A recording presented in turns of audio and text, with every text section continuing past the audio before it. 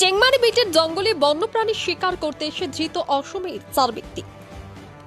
হোলির আগে সংরক্ষিত জঙ্গলে শিকার করতে আসা 4 জনকে গ্রেপ্তার করল বন বিভাগ। তাদের কাছ থেকে উদ্ধার করা হয়েছে তীর্থনুক।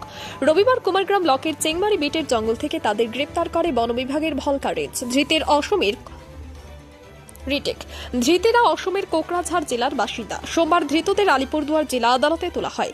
তাদের জেল হেফাজতের নির্দেশ দেওয়া হয়েছে। জানা গিয়েছে ধৃতদের নাম সোনিরাম মুর্মু, মতিলাল হাসদা, বুধিরাম মুর্মু ও শোকল হাসদা। এরা সবাই অসমের কোকরাঝাড় জেলার বাসিন্দা।